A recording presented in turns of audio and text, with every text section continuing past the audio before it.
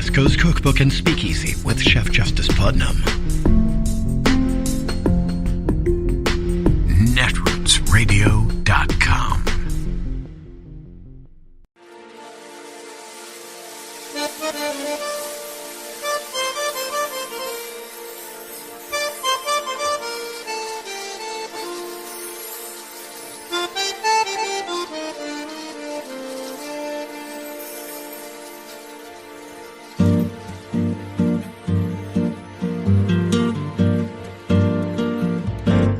Je voudrais du soleil vert, des dentelles et des théières, des photos de bord de mer, dans mon jardin d'hiver.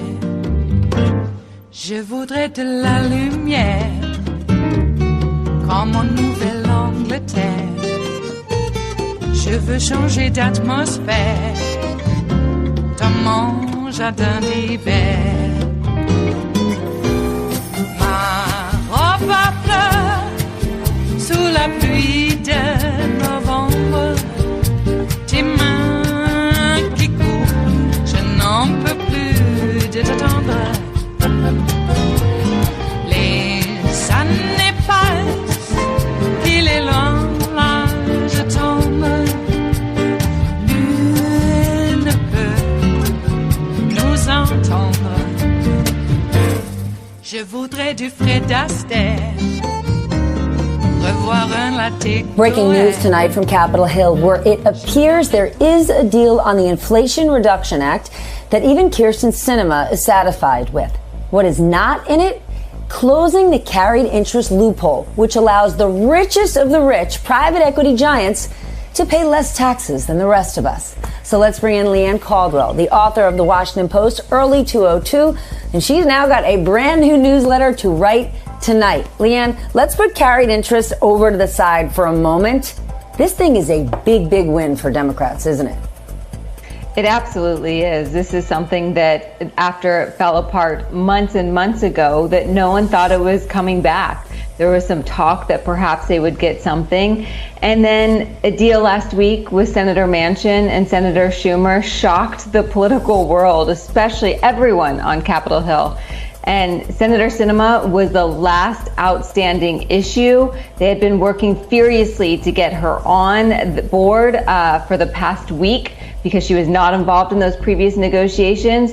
And now that she's on board, this really looks like it's going to pass. And this is going to be the most expansive, the biggest investment in climate change proposals this country has ever seen. There's a lot of healthcare priorities that are in this that are going to help seniors especially. But there's still some obstacles here. So you can't spike the football yet. But if Democrats get this done, this is huge for the midterm elections and huge for the Biden agenda.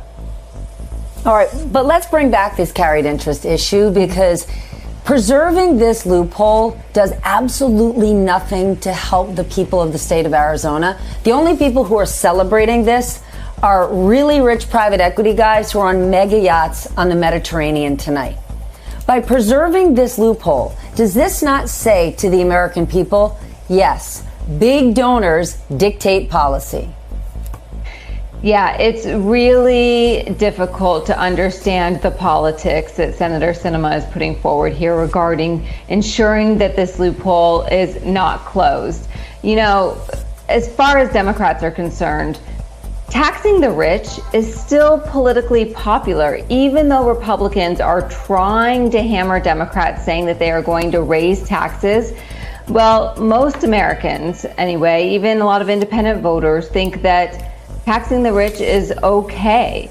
But, you know, Senator Sinema has been adamant about this from the beginning of these negotiations. She's been adamant on not raising the corporate tax rate above 21%, where it's at now. That's not in this legislation, in large part because of Senator Sinema. And so she really is bucking the party here on many of her tax policies. But they were able to come to some sort of agreement, but this loophole is still going to be open, Steph.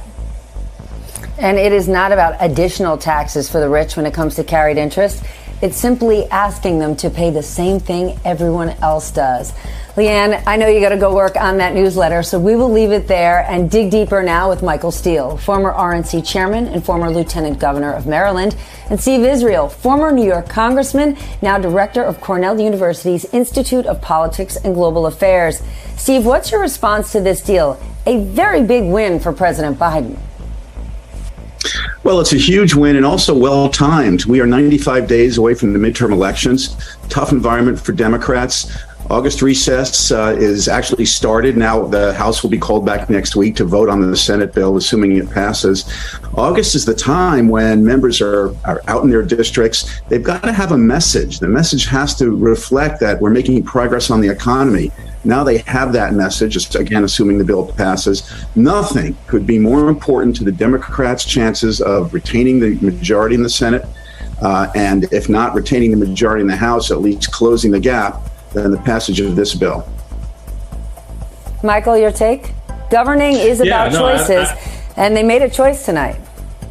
They did. And look, it was a great effort. I'm sure there was a lot of face time between Sinema and Manchin to carve out what was necessary to get this done. It is a big deal this close to the election. The Republicans now are going to have to find another layer of messaging to go to the country with. Is not enough to say, they want to raise your taxes, they want to do all these bad things, because in this deal are some things that a lot of Americans want to see happen. It's not just a left-wing agenda. There's some really common sense things around healthcare and certainly the environment that people appreciate. So this is a big deal for the Biden administration. Now here's the rub. How can they sell it? How well do they sell it? How do they make the case? How do they send it home? How do they get the candidates running in these whacked out districts with these whacked out Republican candidates on the defensive when they want to talk about all kinds of crazy conspiracies? Democrats now can look at those candidates and go, okay, let crazy do crazy in the corner. What we've done is we've provided your family and your community and our state an opportunity to move forward. So it's going to be very interesting to see how they craft that message on this very, very significant opportunity and win. Steve, Joe Manchin is often the target of a lot of anger from other Democrats around the country, but getting something like this through, leading it, the fact that Joe Manchin, a wildly unpopular guy among a lot of his colleagues, who represents as a Democrat the reddest of red states, might he be, just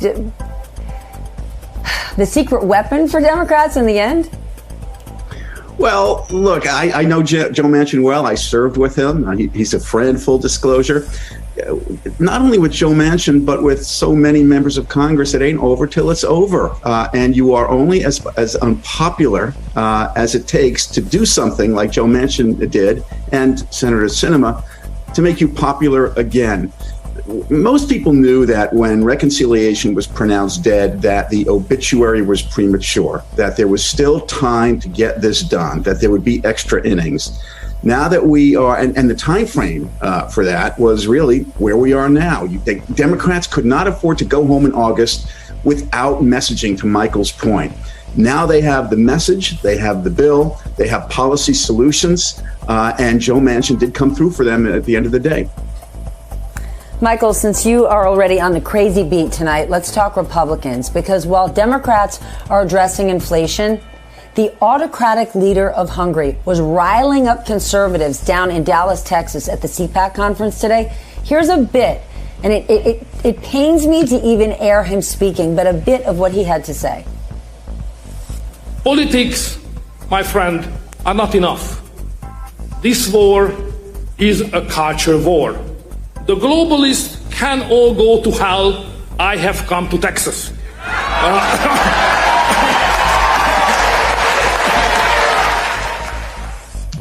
You hear that cheering? It didn't stop there. He touched on several issues now central to conservatives: immigration, homosexuality, and support for Russia.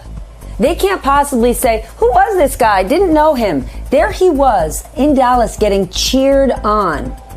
Is this who the Republican Party is today? Yes. Yeah, I think we just need to stop beating around the bush and understand what our reality is here. When a lot of people want to do a one-off and say, well, it's CPAC, and CPAC has kind of always been a little bit quirky. CPAC launched the opportunity. Okay, hold on. People can just get around that. Oh, they're just quirky? Yes, come on. You've heard that. I mean, people say that stuff all the time. That's how they do the one-off on CPAC. Oh, they're the young Republicans, and they're kind of spitfire, and they're a little bit of this, a little bit that. But that was not always the case.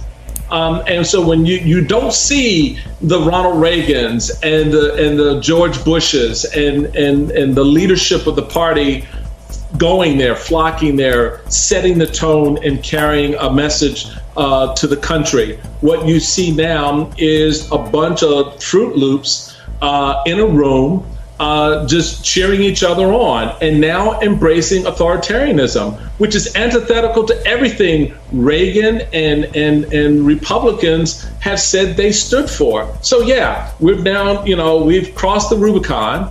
So what's next? What's next is going to be what this upcoming election is about.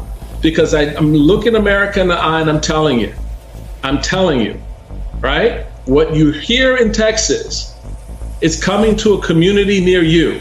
It is coming to a state near you. It is going to be a natural part of the ethos and the noise we hear in this country if you don't get a grip on this now.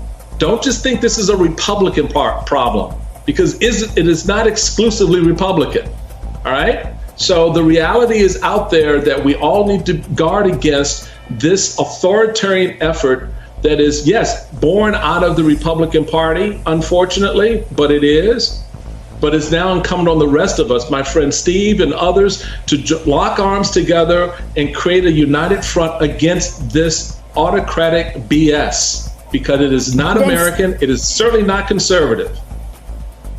Then, Steve, you ran the DCCC. How do Democrats sound the alarm and message against this? The average American doesn't know who Orban is. They might not even know anything about CPAC. But to Michael's point, this conversation, these politics, they're coming to a community near you. Exactly. Michael is so right. And Ronald Reagan has to be spinning in his grave at the prospect of the conservative movement that used to be the bulwark against tyranny in the world, giving the stage to a tyrant who endorses and supports Vladimir Putin and engages in the kind of invective that the Nazis engaged in the 1930s and 1940s.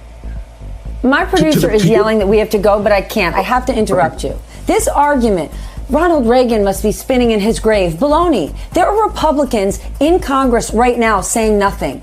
What is Mitt Romney saying about this? Absolutely nothing. What is former President George W. Bush saying about this? Absolutely nothing. So hearing this, like Ronald Reagan would be devastated. Where are the living, breathing Republicans today who subscribe to Ronald Reagan politics warning this country? You can Liz Cheney and maybe 8 others. Yeah. What he said. What he said. Yeah. All right. That's about right. What he said. Mitt Romney, I'm looking at you. It is Friday, the 5th of August of 2022, and you are in West Coast Cookbook and Speakeasy. I am your chef de cuisine, Justice Putnam. Gunner the English Bulldog is our snoozing sous chef, and our daily special is Blue Moon Spirits Fridays, because we are all Nighthawks in the Diner of Life. Yes. Just letting everyone know that, just because we have the virtual French 77s mixed, poured, and ready for everybody to imbibe with, we are not drowning our sorrows, just dipping our toes, cooling off our feet. All right? Come on. Everybody goes to extremes. That's one of the main reasons why, the white Christian, nationalist white Christians are just so up in arms that, oh no, we have to keep, black people from marrying white people. We don't want mixed races. Because they fear that all of the BS, all of the torture, the bigotry, all of the lynchings, etc., etc., etc., is going to happen to them now. So they really think that the way that they've treated most everybody else down through history, the people are, those people are going to come and say, hey, I want to feel what we've had to go through. Check this out. And and I should say that has been something that was instilled at a very young age. Mm-hmm. Like this time, they're going to come and kill us in our sleep. We got to keep them from voting. You can't have a credit card, lady. If I give you a credit card, next thing I know, you're going to kill me in my sleep. And now they think that drag queens are going to kill them in their sleep. God, I don't know. What I tell people is don't watch the monster movies and don't eat a pizza just before you go to bed. Eat a pizza before you go to bed, you're going to have nightmares. Too many kids back in the day ate pizzas just before bedtime, and now they're living the nightmare of their nightmare. Oh no, they're going to kill us in our sleep. Well. That's not going to happen, so I would say to keep that, that sentiment from, shall we say, propagating. That we need to, at some point, seriously consider. And I've joked around about it before, but, jokes are sometimes predicated upon the truth. I think that we really need to start thinking seriously, and it will have to be on the state level, decertifying the GOP as a political party in which that then they can get ballots printed up, etc., etc., etc. The Greens, various factions of, Trotskyite commies, they don't get certified.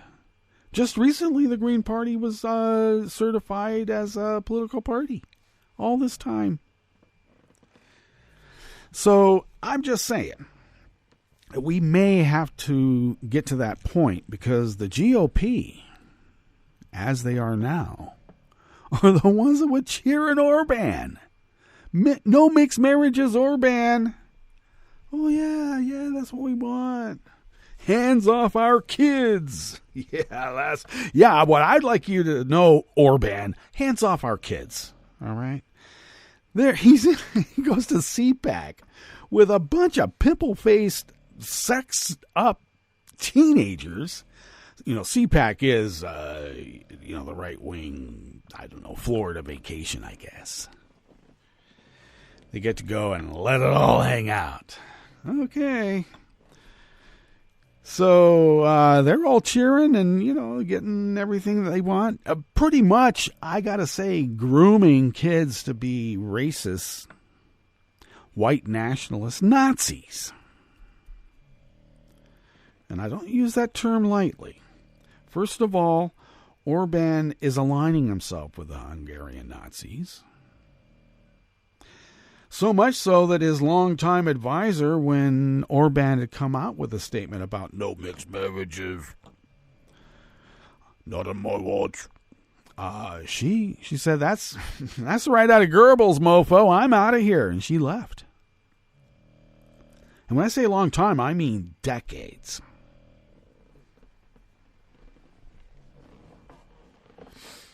A family consists of a man, a woman, and hands off our kids. Yeah, I wish you would. Hands off our kids, you Nazi. Now, it has been, repeatedly pointed out that you can't just go around calling everybody Nazis because, to equate them with what happened in the Holocaust is a disservice to what happened to the victims of the Holocaust, and that I agree with. Now, I might put Pol Pot in that category, considering, how much systematic murder went on in that regime. That was a little bit different. The Khmer Rouge were a little different. But I am not ever equating these Nazis with the Nazis of the Holocaust. I equate these Nazis with the Nazis who survived to pretty much resurrect a new Nazi Reich. 1,000 years, that's only too little of it. More, we want more. And they do. And here they are. So what do we do about it? Well, I don't know. Maybe we need to decertify the GOP from being a political party. You know, the Greens and certain members of Trotskyite commies sure haven't been certified to be able to have ballots printed up for them. Okay. So there's so much more to talk about, like why isn't the DHS watchdog or whoever the watchdog guy who scrubbed the phones? You know, that guy was already on probation for doing something similar already. Come on. On the other hand, sometimes you keep the dimwits in there so you can get to the bigger fish. Especially since things get dropped in your lap like what's happened in the Alex Jones trial. Well, I just thought I was going to have to pay some money. Now I'm going to be thrown in a brig. Yeah, I only can hope he gets thrown in a brig. On the other hand, maybe that's a bad idea when you start throwing civilian schmucks in a brig. But maybe he's not a civilian. Maybe he's a soldier of an army, psyops maybe, to overthrow the United States of America, apple pie, Chevrolet, and all other things that we hold near and dear. Like, what the hell? I kept warning everybody, as soon as the National League gets forced with a designated hitter, everything's going to fall apart. Our society will collapse.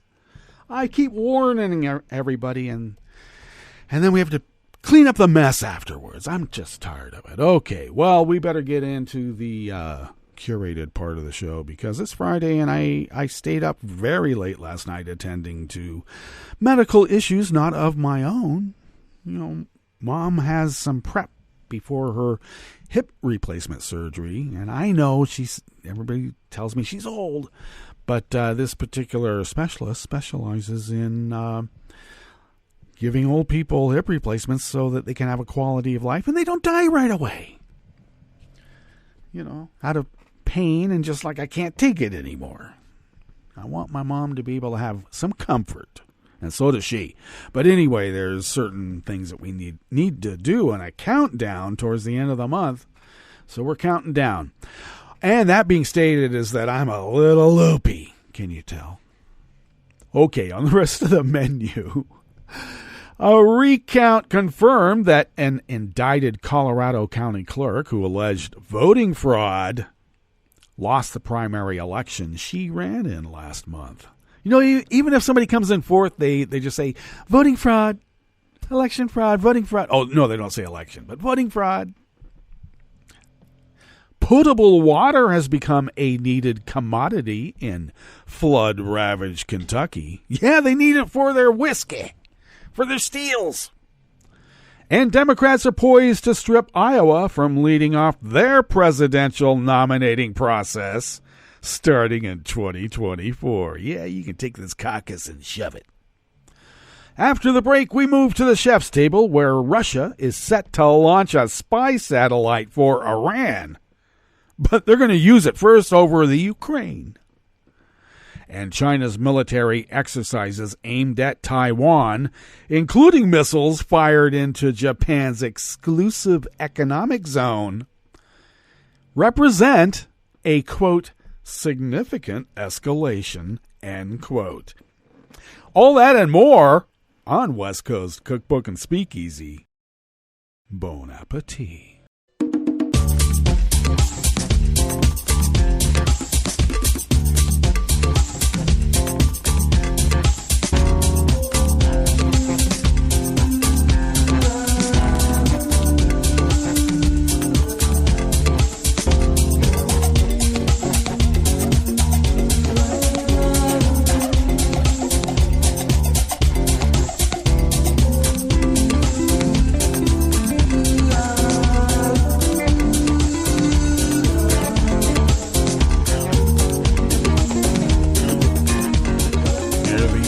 our homepage at netrootsradio.com. To the right of the page is the chat room link, and the chat room is monitored by Kelly Lincoln, who will be attending the first in-person Netroots Nation in 2 years, this year in Pittsburgh.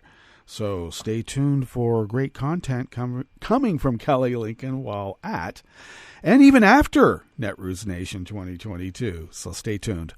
If you would take a gander across the page from that chat room link to the left, you will notice that we have a Patreon link. And of course, we have that there because it's our subtle way. Subtle.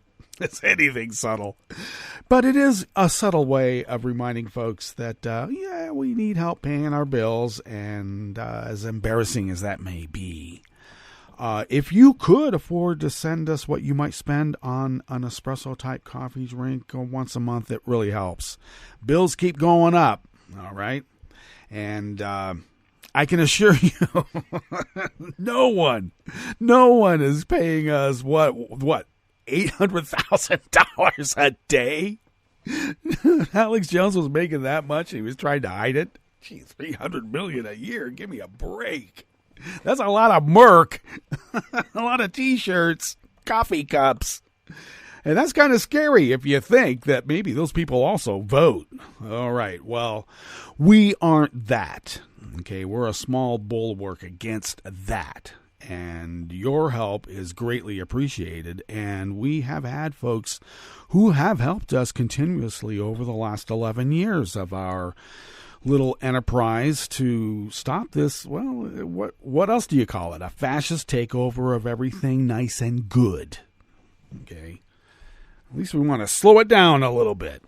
And we thank you for allowing us to fulfill our civic duty as the founders originally intended so many, many years ago. Thank you for your generosity, all kidding aside. Okay, if you would like to follow Netroots Radio on Twitter, do so at Netroots Radio. Tom takes care of that. We are forever indebted to Tom for everything that he and also Kelly do. If you would like to follow me on Twitter, and I suggest you do, because that way you'll be able to get to the show notes and links diary that I post on Daily Co's 10 minutes before showtime. And that's really where the real reportage is. Of course it is. Follow the show on Twitter at Cookbook West and pick up podcasts by way of Spreaker, Stitcher, TuneIn, iHeart, YouTube, iTunes, and wherever podcasts can be found. And while the Digital Library of Alexandria still exists, before they burn it to the ground, you can find the Netroots Radio Deep Archive, the library of the shows that we produced over these last 11 years, at the Internet Archive at archive.org. Also, links can be found, at the show notes and links diary that I post on Daily Goes at 10 minutes before showtime. Follow me at Justice Putnam. Alrighty, we got that out of the way. Let's get this into your purview. This first offering in the Bistro Cafe at West Coast Cookbook and Speakeasy is by Colleen Slevin of the Associated Press. A recount has confirmed that an indicted Colorado County clerk who alleged voting fraud lost the primary election she ran in last month in her attempt to win the post of running the state's elections. And the results barely changed, with Mesa County Clerk Tina Peters picking up 13 more votes in the recount of the votes cast in the June 28th election to determine the Republican candidate for Secretary of State. Peters received about 29% of the vote.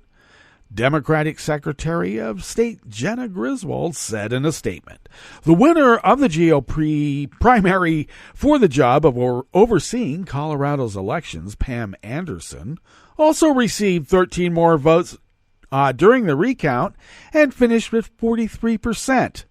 And a third candidate, Michael Donnell, got 11 more votes. Finally, a guy gets 70% of what a woman makes." Peters' voicemail was full, and she did not immediately return a text message or email seeking comment on the recount results. She filed a lawsuit on Wednesday against Griswold and the state's county clerks, alleging the recount was not conducted according to state law.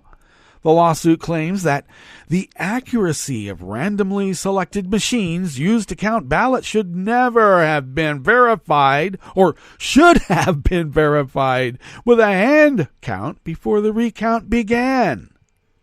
Well, Griswold's office said in a statement that the lawsuit was meritless.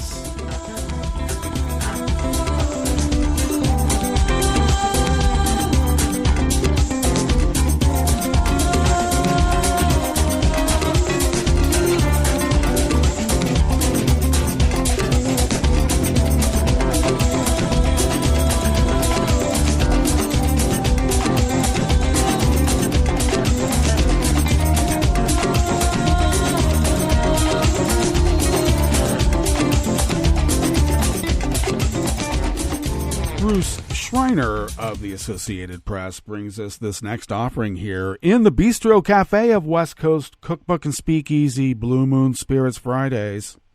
National Guard soldiers rushed to distribute bottled water to flood-ravaged eastern Kentucky as forecasters warned of more rain coming to the region. In the days since historic flooding swamped the Appalachian region, the availability of water surfaced as a big concern for victims after floodwaters badly damaged water systems. As donations poured into the region, water was a main priority along with cleaning supplies. We're going to deliver water until these counties and areas beg us to stop delivering water, Kentucky Governor Andy Beshear said on Thursday. As hot as it is, with as many systems that are out, we want a mountain of water out there, he said.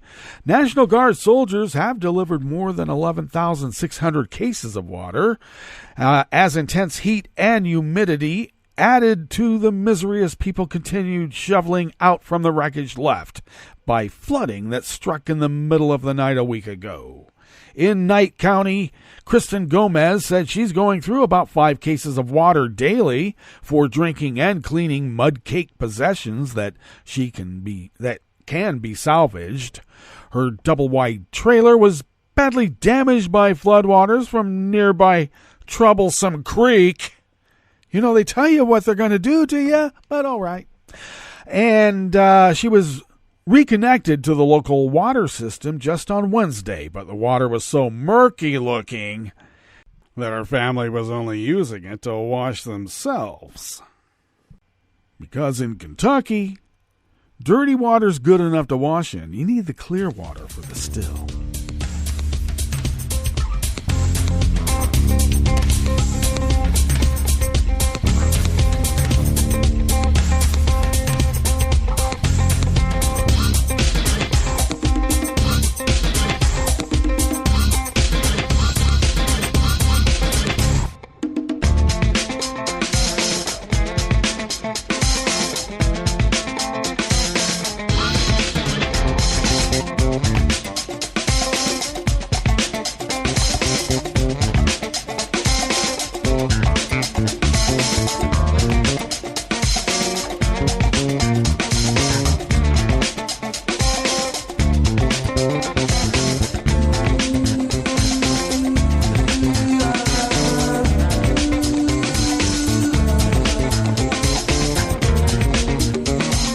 Will Wiesert and Thomas Beaumont of the Associated Press bring us this final offering here in the Bistro Cafe of West Coast Cookbook and Speakeasy. Democrats are poised to strip Iowa from leading off their presidential nominating process starting in 2024, part of a broader effort allowing less overwhelmingly white states to go early and better reflect the party's deeply diverse electorate. The Democratic National Committee's rulemaking arm had planned to recommend on Friday today which states should be the first 4 to vote, while considering adding a 5th prior to Super Tuesday, when a large number of states hold primary elections, but it delayed the decision until after November's election, lest it become a distraction, affecting Democrats in key congressional races. Well, that's rather strategic. Thank you. Still, the position of Iowa's caucus remains precarious after technical glitches sparked a 2020 meltdown.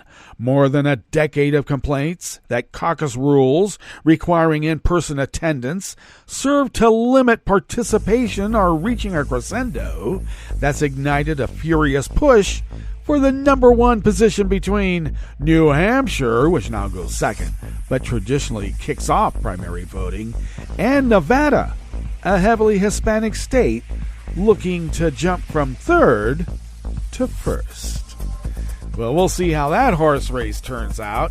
But right now, we better go to our break. And when we get back from that break, we will go through weather from around the world. And we will finish up with the stories that we have curated for you today. You are listening to West Coast Cookbook and Speakeasy. And we will be right back. You are listening to netrootsradio.com. Please hang up and try again.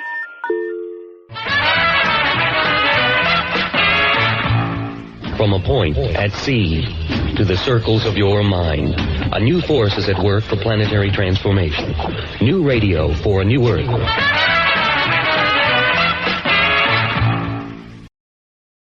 This is Take Two Movie Review. I'm Kim Lowe. This week, you can say yes to Nope. Jordan Peele's latest movie, Nope, is an homage to old-school Hollywood, specifically Steven Spielberg, whose Close Encounters of the Third Kind was an obvious inspiration, as well as the tradition of cowboy movies. However, in classic Peele fashion, he turns both of these genres on their heads and creates a film that is characteristically original. The lonely cowboy here is named O.J., yeah, really, played by Daniel Kaluuya, who, along with his sister Emerald, brought off by a jaw-droppingly good Keke Palmer, run a business that supplies studios with horses for movies and commercials. After the unexpected death of their father, O.J. is depressed, going about his duties robotically, and talking about selling the business. All that changes, though, when an oddly shaped cloud starts hovering over the family ranch and strange things begin to happen. It soon becomes clear to all those involved, including a neighbor who has a nearby amusement park and who was once a child TV star who survived a brutal onset animal attack, that this cloud and what's hiding in it is not of this earth. Exactly what it is, or more specifically what it wants, is central to the statement Peele's attempting to make about spectacle and drama in the world and the entertainment industry's place in it. There's deeper stuff to be found here than most movies in the genre, which is pretty much what Peele seems to excel at these days. At the very least, Nope takes its place alongside Us and Get Out in that effort, and is a project that manages to make the most of the talents of the aforementioned Palmer, Kaluuya, as well as those of Brandon Perea, Michael Wincott, and Minori's Stephen Yoon. This has been Take Two Movie Review. I'm Kim Lowe. Catch up with us at TakeTwoMovieReview.com and beat us back on our channel on YouTube.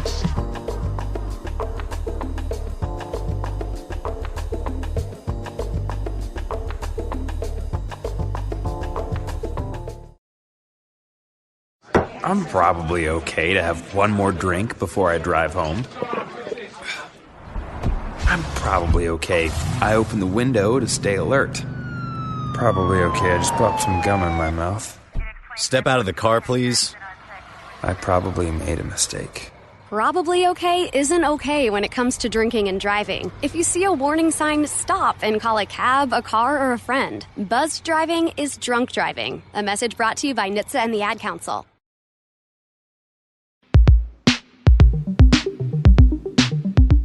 This is Scientific American's 60-Second Science. I'm Fiona Samuels. The life of a polar bear is hard. It's made even harder as temperatures climb.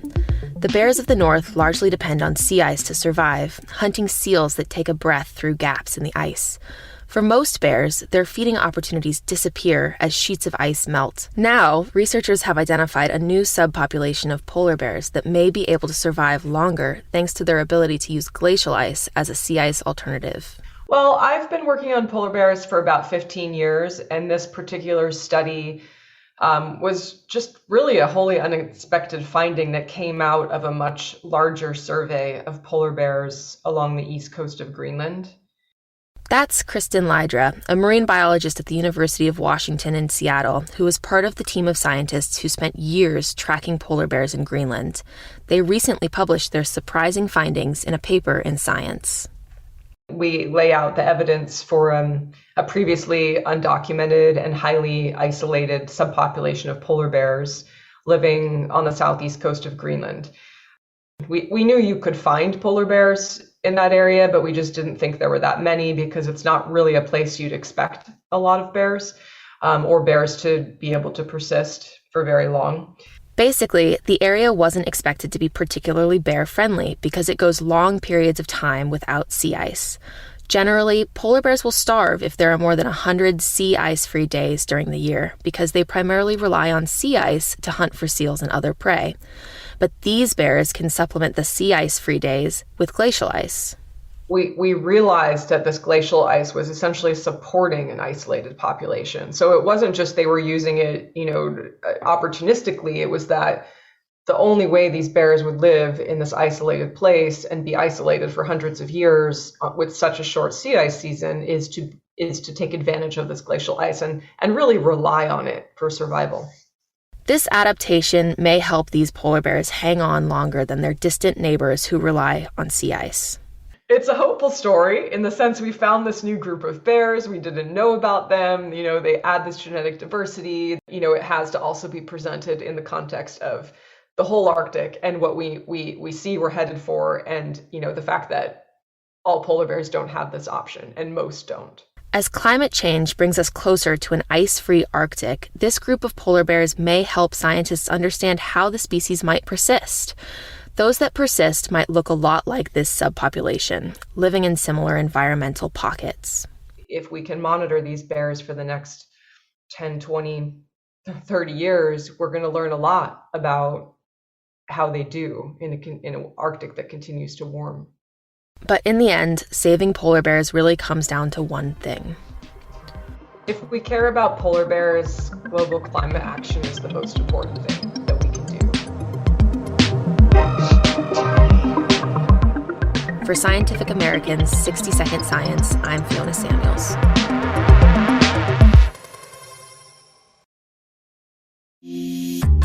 This program is presented by the Centers for Disease Control and Prevention. Hey kids and parents, it's back to school time. As you shop for school supplies and get ready for class, make sure you have emergency plans in place. Did you know that emergency preparedness plays a major role in school life?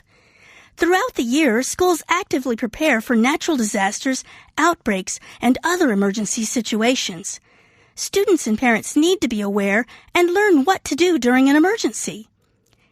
Every family should build an emergency kit, make a family disaster plan, and be informed about events that could affect their community. Parents, take a few extra steps to help children be prepared. Make sure they know the full name, address, and phone numbers of parents or guardians. In our high-tech world of cell phones, memorizing emergency phone numbers is very important. Include a copy of this information in their backpack. Other items to keep in their backpack include water and non-perishable snacks, a pocket-sized first aid kit, a whistle to alert others for help, and a list of allergies, medical conditions, and medications. Make sure their school and teacher have a copy, too. Be familiar with different routes and ways to travel home, like walking, taking the bus, or riding home with another student who lives nearby. Establish a secret code word with your child and whoever takes them home from school to protect against an unauthorized person picking them up. This list is a great starting point to prepare your student for the upcoming school year. Customize these steps to fit your child's capabilities and needs. Ask school administrators and teachers about emergency preparedness plans so you know what steps they are taking to keep your child safe. Many schools have guidelines on how to shelter in place during natural disasters, how to secure classrooms during an emergency lockdown, and how to teach preparedness curriculum to students. Remember, emergency preparedness is important for everyone. Children who are prepared are more confident during stressful emergency situations. By following preparedness guidelines, parents, children, and school staff can improve their safety and peace of mind. For more information on school emergency preparedness, visit cdc.gov/children/schools. To learn more about disasters and emergency preparedness, follow @CDC Emergency on Twitter or visit emergency.cdc.gov. So, let's get prepared. Have a great school year. For the most accurate health information, visit www.cdc.gov or call 1-800-CDC-INFO. Hi, I'm Tom Hartman, and since you're listening to netrootsradio.com, show your progressive side and go to the donate button on the bottom of the homepage. It's progressives like you who power Netroots Radio and keep the progressive message beaming everywhere 24 hours a day. Just go to our donate button at the bottom of netrootsradio.com. Thank you for keeping progressive radio at full power.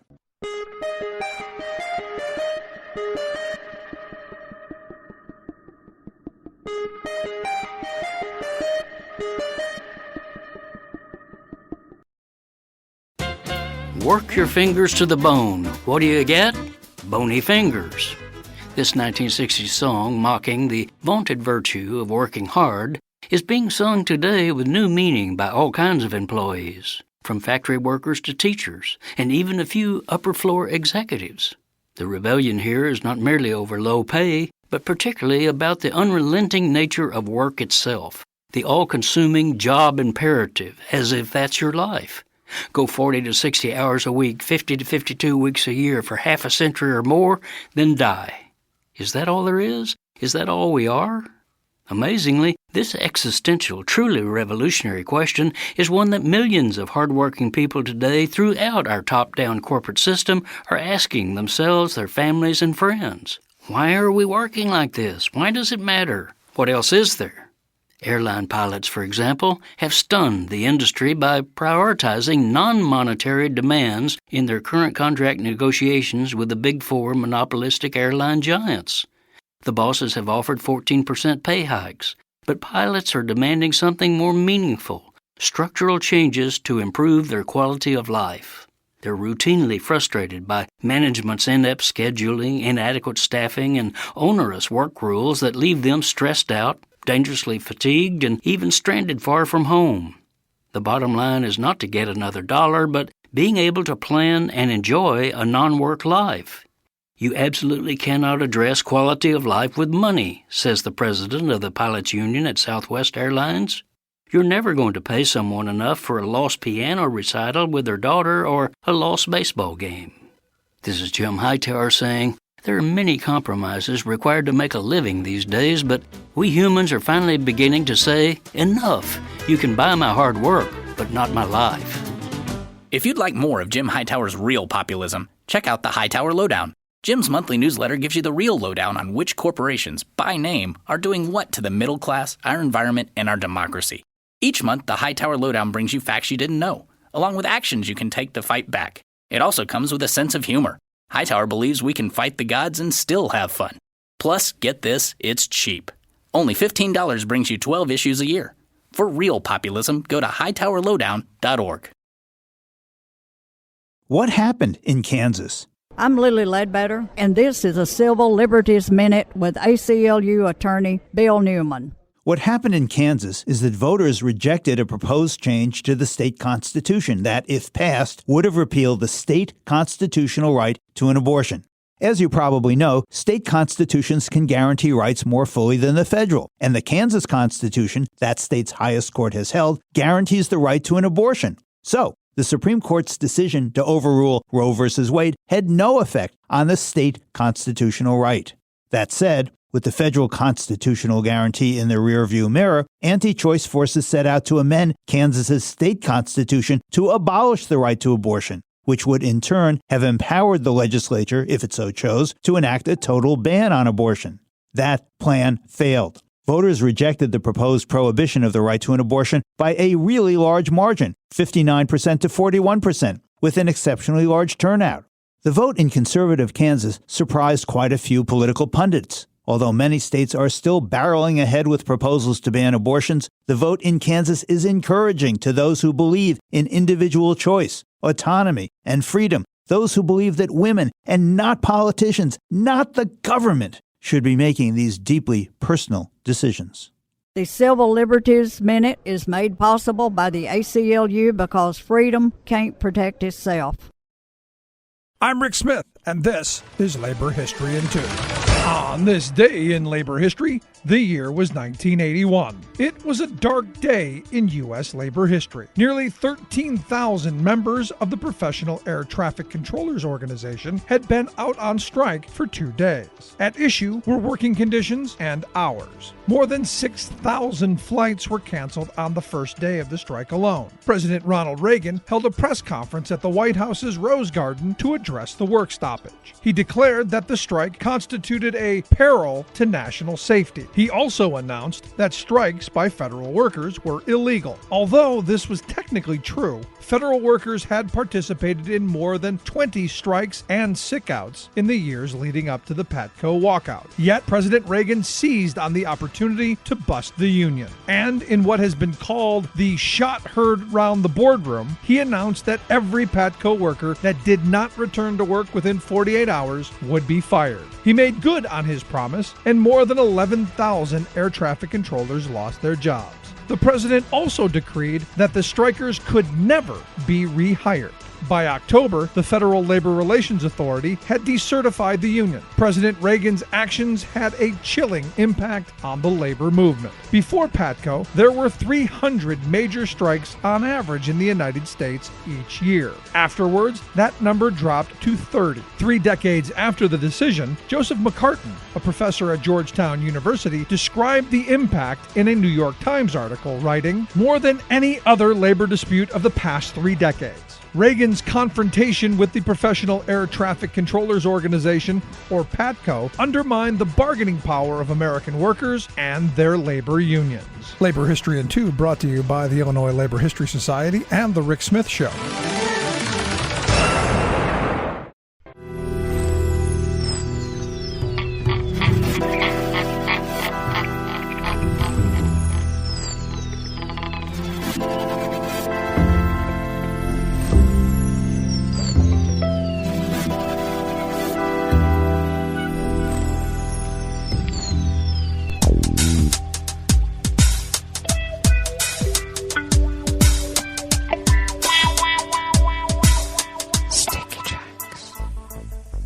Thank you for accompanying us here to the chef's table at West Coast Cookbook and Speakeasy Blue Moon Spirits Fridays, because we are all Nighthawks in the Diner of Life. We always begin, whether from around the world, along the banks of the Rogue River, in the Rogue River Valley of Southern Oregon, on the west coast of the continental United States of America, where it is currently 62 degrees Fahrenheit, expecting a high of only in the mid to upper 90s only. Abundant sunshine throughout the day, winds out of the west-northwest at 5 to 10 miles per hour. Clear sky tonight with lows in the low to mid-60s. Winds out of the west-northwest at 5 to 10 miles per hour. Sunny skies tomorrow and through the weekend with highs in the mid to upper 90s. Winds out of the northwest at 5 to 10 miles per hour. Just a reminder, we are now only updating once a week, though they have given me some updates twice a week here recently. So we'll see if on Monday they update us. We stand at confirmed cases of coronavirus in Jackson County in the southern part of Oregon at 489,075 people. And we stand at 562 poor lost souls lost to this insidious disease. On a lighter note, it looks like grass pollen is only moderate outside the window in Rogue River proper, and the air quality index for the whole region is good at 25 parts per million, and that's good. And that daytime UV index is very high, though it has come down a level to level 8. Barometric pressure is holding steady at 29.92 inches. Visibility is up to 9 miles, and relative humidity is at 65%. Weather from around the world is brought to you by a crowd of crowdsourced weather stations that a crowd crowdsources from around the world. London is 72 degrees and fair. Paris is 78 and sunny. Rome is 93 and fair, and that's a heat advisory that could impact critical electrical infrastructure. Kyiv is 80 degrees and partly cloudy. Kabul is 75 and clear. Hong Kong is 78 degrees and fair. Tokyo is 75 and cloudy. Sydney, Australia is 58 and clear. San Francisco, California is 60 degrees and cloudy with a fog advisory on the bay. And New York, New York is 81 degrees Fahrenheit and partly cloudy. And that is weather from around the world, brought to you by a crowd of crowdsourced weather stations that a crowd crowdsources from around the world.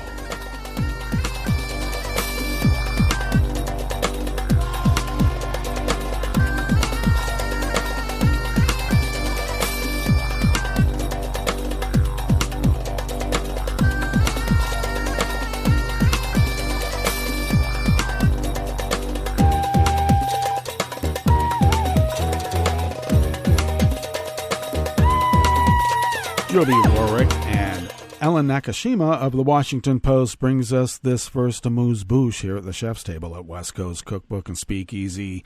Blue Moon Spirits Fridays. A new satellite that Russia is preparing to launch on Iran's behalf next week will greatly enhance Tehran's ability to spy on military targets across the Middle East. But first, Moscow intends to use the spacecraft to assist in its own war effort in Ukraine.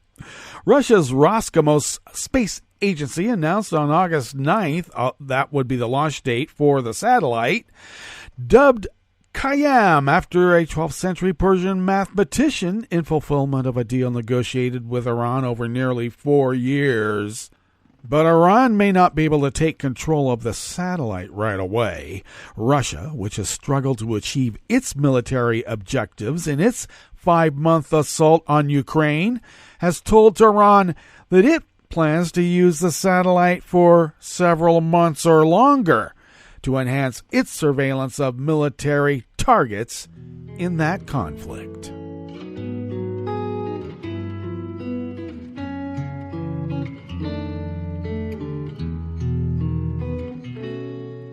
Je te donne c'est mon amour pour la vie entière.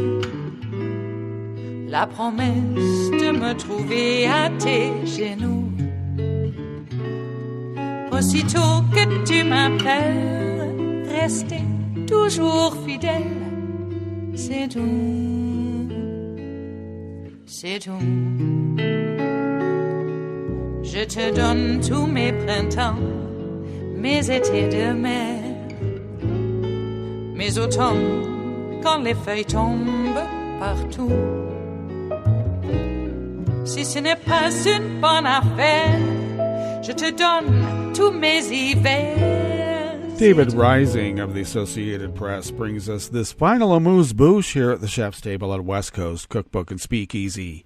U.S. Secretary of State Antony Blinken said that China's military exercises aimed at Taiwan, including missiles fired into Japan's exclusive economic zone, represent a significant escalation, and that he has urged Beijing to back down. China launched the drills following a visit by U.S. House Speaker Nancy Pelosi to Taiwan that infuriated Beijing, which claims the self-governed island as its own territory. Blinken told reporters on the sidelines of a meeting with the Association of Southeast Asian Nations in Cambodia, however, that Pelosi's visit was peaceful and did not represent a change in American policy toward Taiwan, accusing China of using it as a pretext to increase provocative military activity in and around the Taiwan Strait. He said the situation had led to a vigorous communication during the East Asia Summit meetings in Phnom Penh, in which he and the Chinese Foreign Minister Wang Yi took part along with the other Asian nations, Russia and others.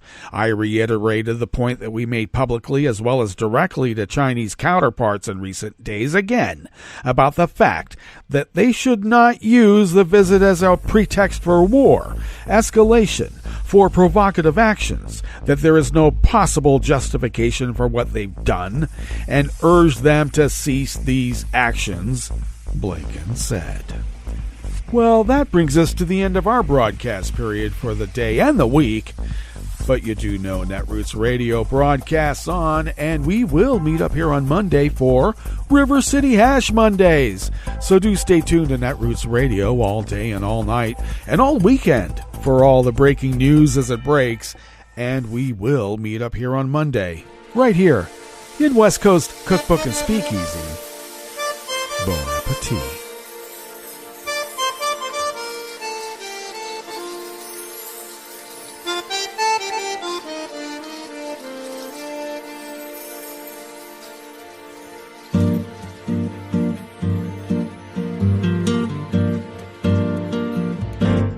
Je voudrais du soleil vert, des dentelles et des théâtres, des photos de bord de mer, dans mon jardin d'hiver.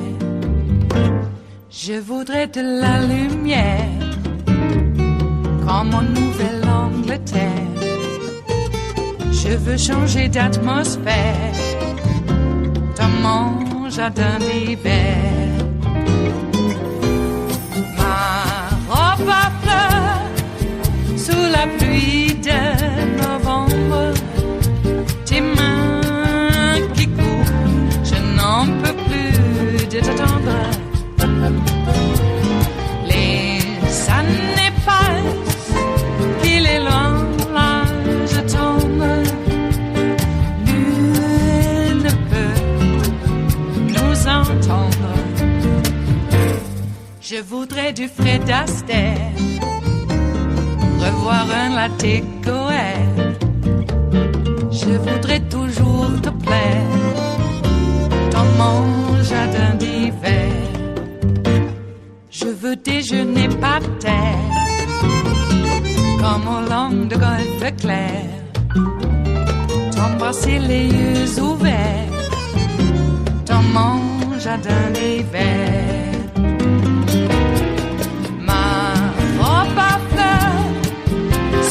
Pluie de novembre, tes mains qui courent, je n'en peux plus de t'attendre.